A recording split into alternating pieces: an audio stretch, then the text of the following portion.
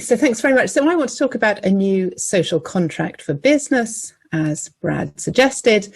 And just to give you a quick outline of what I'm going to say today, I'm going to start off by claiming that we need business to do things differently. I'm not going to spend very much time on that premise because I'm going to take it that most people in the room are already on board with that idea, but it's definitely something we could talk about more in questions if people would like.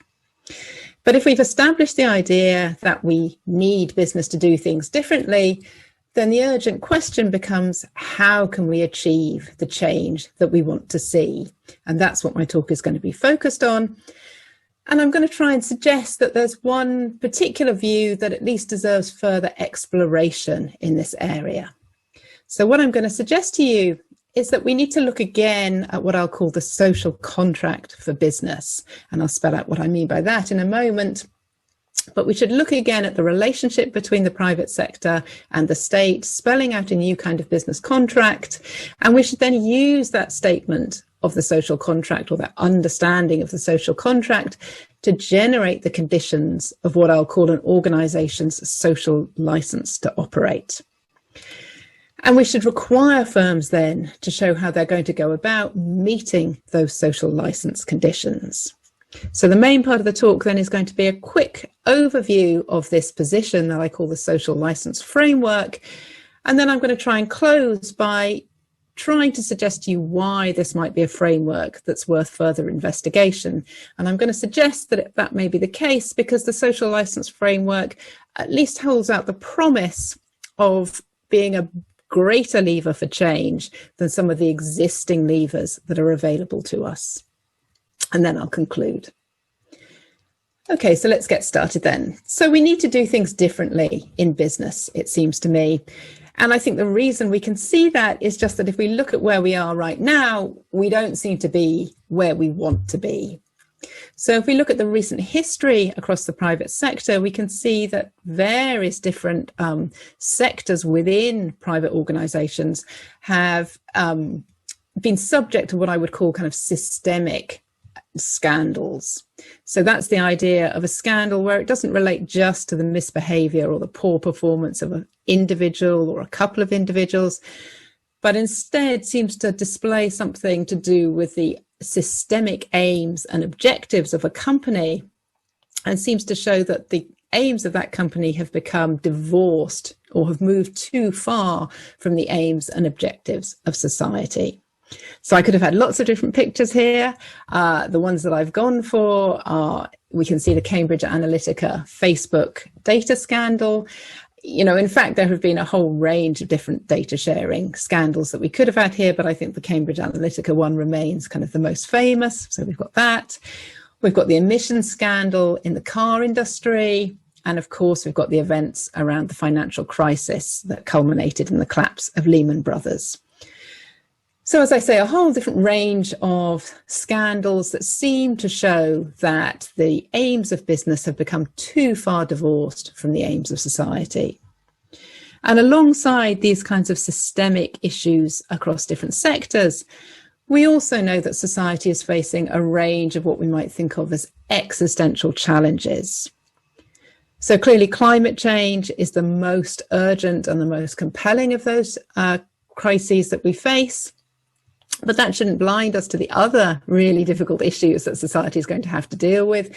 Clearly, building back from the pandemic is going to be very, very difficult. And there are a range of other issues. So things like aging populations, the growth of AI, making many sectors and many jobs look less important than they used to be and employing less people. So a whole range of issues that society is going to have to face going forward.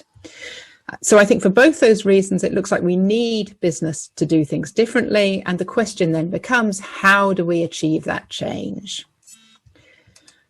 So the answer I'm going to try and suggest to you today is that what we might want to do is look again at the notion of a social contract, and in particular at the kind of social contract that business organizations enjoy. So we're not going to do much of the philosophy here today, but the social contract is an idea that was developed initially by Enlightenment philosophers, so people like Hobbes and Rousseau.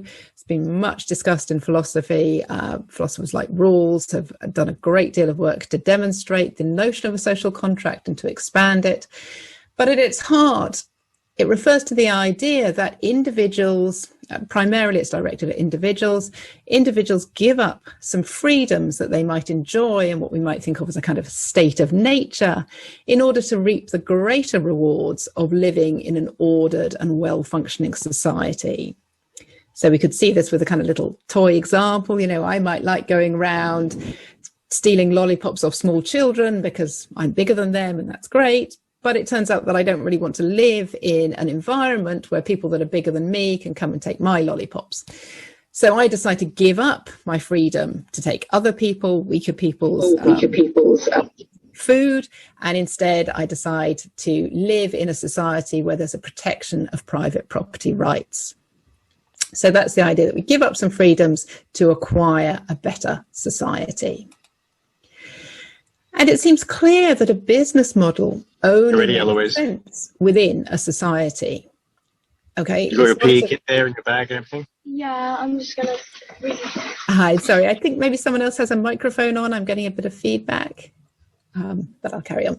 So a business model only makes sense within a society. It's not as if businesses could operate in some kind of vacuum where it was just independent of the way that society was doing.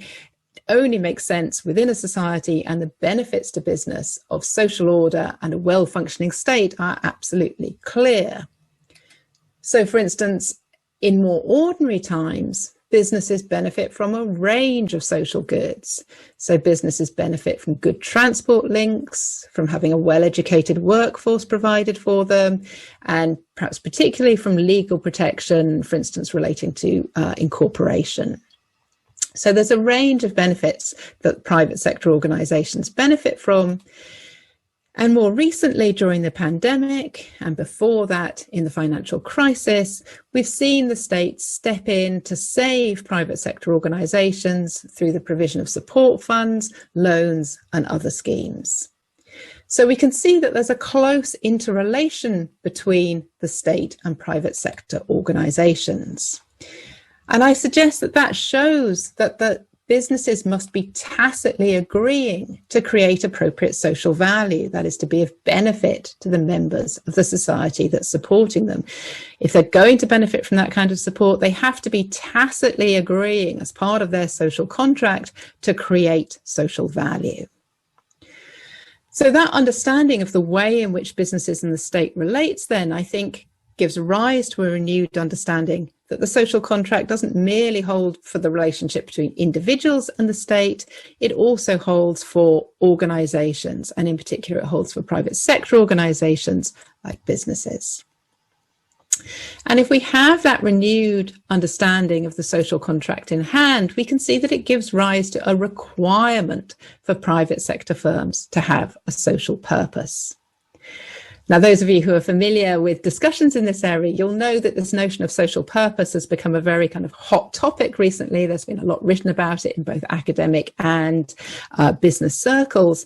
And in general, I'm in agreement with moves towards requiring firms to have a social purpose. But I think what I want to suggest today, that unless we embed this idea within a wider social contract understanding, we're going to fail to see why it's reasonable for societies to demand that private sectors, organisations have a social purpose. So that a social purpose isn't just a nice add-on that a business might decide to have, or it's not just something a business decides to have because there's a business case for it. It's something that a society is warranted in demanding of organisations that operate in its jurisdiction. So I think that this understanding of social purpose then gives rise to what I would call a social license. I think firms should be required to state how they intend to contribute social value and how they will deliver on those intentions. And that statement will set out the terms of what I would call the firm's social license to operate, what the firm needs to do in order to validate its operations within a given society. And that statement of social purpose and the social license conditions emerging from it is something that I think should be developed through wide consultation. So it's not just something that, senior management board should knock up on a wet Wednesday afternoon in a workshop. It's something that should come about through an ongoing process of consultation and dialogue with a wide range of stakeholders, so workers, shareholders, consumers, and so on. And firms should measure and publicise how they're performing against these kind of wider ethical measures. Okay, so far so good then. I think I'm in agreement with a lot of movements towards social purpose. I think perhaps it's the next step where we might see a little more disagreement, perhaps from others on the panel. It's my view that we need to monitor the way in which firms are meeting their social licence. So I suggest that the state should create bodies that have the power to check whether social licence statements have been developed correctly, whether social licence statements are appropriate, and whether the steps that are being taken to meet social licence conditions are adequate. These bodies then should publicise their results, very importantly highlighting success cases, so telling the public where firms are really doing well in meeting these wider objectives, as well as demonstrating cases for improvement. And while of course there will be need ultimately for sanctions, and there needs to be a discussion about what form a kind of appropriate set of sanctions in this area might look like, but setting that aside, I think the emphasis should absolutely be on consultation, negotiation, and consent. The aim of a social license framework is to get the balance right between monitoring by the state as against imposition by the state. So the idea isn't that in a social license framework, the state kind of micromanages everything to do with the social purpose of an organisation, but instead that it works with organisations to consult, negotiate, and consent on what actions a firm is going to take. Okay, so that's a really quick trip through the way that I think a social license framework might be developed, what it looks like, and what its kind of theoretical grounds are. In the last part of my talk, then, I'm just going to close by trying to give you some reasons for thinking that this might be a kind of framework that deserves further exploration. And the reasons I'm going to suggest to you is that we have some reason to think that the social license framework might provide a better lever for change than the existing levers of standard regulation, self-regulation, or consumer activism. So that's what we'll look at now. So what about a social license and kind of standard regulation, where by standard regulation, I just mean the rules we've already got or more of the same kind of rules. So standard regulation faces a number of issues when we try and use it to regulate for better behaviour or more ethical behaviour. One worry is that standard regulation is both on the one hand too complex and on the other hand not really complex enough. So it's too complex because it generates a labyrinthine set of often competing constraints where it's difficult for firms to navigate them, and where that complexity can throw up both unintended consequences and loopholes. So standard regulation in this area raises the real worry that firms could engage in game playing rather than really meeting conditions. So it's too complex, and it's also not complex enough. It's not complex enough because standard regulation often is unable to take account of the very specific conditions a firm might find themselves in and of the intentions with which they act. So standard regulation looks like too blunt a tool to really work to improve ethical standards here. Secondly, standard regulation is only ever going to be about setting minimum standards. If you're trying to regulate across wide sectors, what you're going to do is regulate for the minimum. You're going to set the bar that you require every firm to meet. And it seems that we might want to do something more aspirational than that. And standard regulation doesn't change the conversation. So it seems as if what we need is a change in the mindset across business, but just doing more of the same is never going to achieve that kind of thinking differently.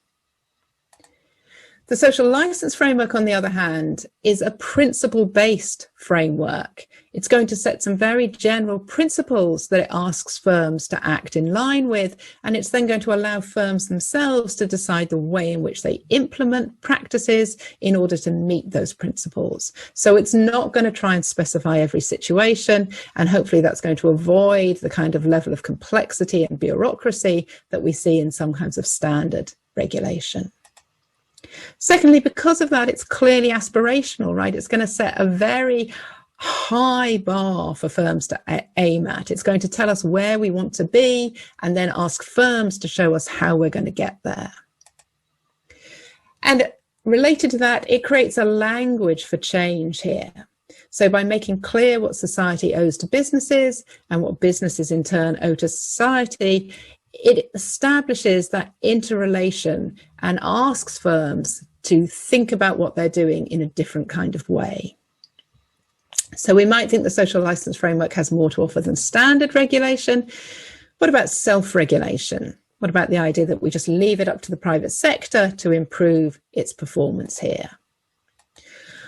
Well, I think the first thing to note is that we should recognise there have been many really impressive steps in this area. So lots of firms have recognised that there is a need to do things differently, and they've taken impressive steps towards moving their organisation in better directions.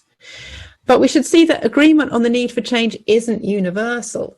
So if we look just at the recent COVID crisis and the government funds that were provided to business, there were clearly some absolutely exemplary examples of business behaviour in relation to those schemes, but there were also some instances of poor behaviour. And so it's clear that not every organisation is on board for the need for change in this area. So related to that, it seems that self-regulation is likely to not ensure a level playing field. If we're operating with some kind of malign players in this area, self-regulation is not going to be enough to ensure a level playing field with the guys who are really trying to do things differently. And finally, self-regulation, I think, is unlikely to create change at the speed that we need. I've heard the phrase used quite often recently that we're currently standing on a burning platform and we need to take action before everything goes up in flames. That seems right to me. And so the idea that we could just leave it to self-regulation feels as if it's not going to do things quickly enough. Self-regulation appeals often to the kind of self-interest of a business. We can show that there's a good business case for doing things differently here and for getting on board with this kind of self-regulation, but that may not do things fast enough. The social license framework, on the other hand, retains the idea that change needs to be imposed by the state, so that it's not just an optional add-on extra for an organisation, and no organisation here can fail to appreciate the need for change. Furthermore, the monitoring bodies that I suggested a moment ago should help to ensure a level playing field by being an independent arbiter of the way in which firms are meeting the regulations. And the social license framework immediately changes the landscape across all sectors. It's not a piecemeal change. It's not moving slowly. It would be a radical step away from the way that we're doing things at the moment. Okay, and finally, what about social license and consumers? So it's clear that one of the major levers for change in this area relates to consumer activism. And it's definitely right, I think, that consumers now are looking for firms that do things differently, are looking for firms that are fulfilling some kind of social purpose. So we might think we could just leave it to the market, that consumers will go where behaviour is better and that will drive improvement here. But I think there are some worries with that kind of perspective. So a first point is that consumers simply don't have the time to get all the information that they need to make the best decisions. You know, this is a really complicated kind of field.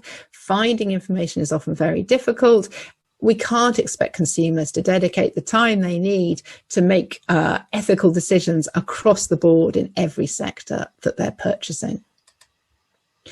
Secondly, there's a risk of kind of ethics washing here. So we know about greenwashing, but similarly, there's a worry about ethics washing. If we're just leaving it up to consumers and we're just leaving it up to firms to present their case to the consumer, there's a risk of very selective reporting and a kind of ethics washing. So consumers couldn't be confident in relying on the facts that are being presented to them. And finally, as I mentioned at the beginning, it's clear that we face a set of kind of existential threats which affect everyone. And so we shouldn't expect individual consumers alone to have the responsibility for bringing about change here. So against that, I think the social license model would be something that could support consumer activism here. So the monitoring bodies would be designed to provide timely, validated, accessible information and to enable consumers to make better and more informed choices here. And the state would retain ultimate responsibility for ensuring that society is fit for future generations, which is clearly, it seems to me, the function of a state.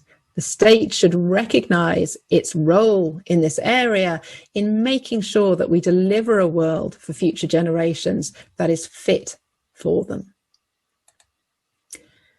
Okay, so pretty much on time. Just to conclude then, I've tried to suggest to you that we do want businesses to do things differently here.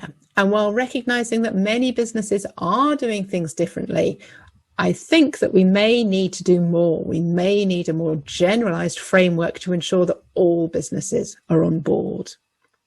And to do that, I think one way might be to start by restating the social contract that exists between the private sector and the state, restating those relations in a way that better recognises the fundamental interdependence of the two.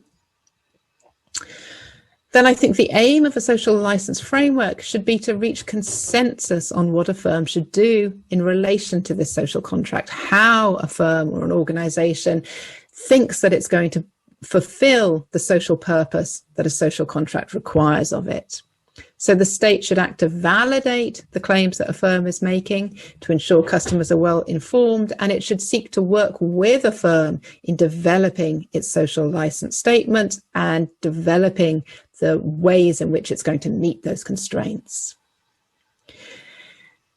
And I think this view is at least worth further exploration because it seems to me that a social license framework holds out the promise of being able to create the equal partnership that society really needs with the private sector, which could harness the huge power of business to do good and to create a better world for all.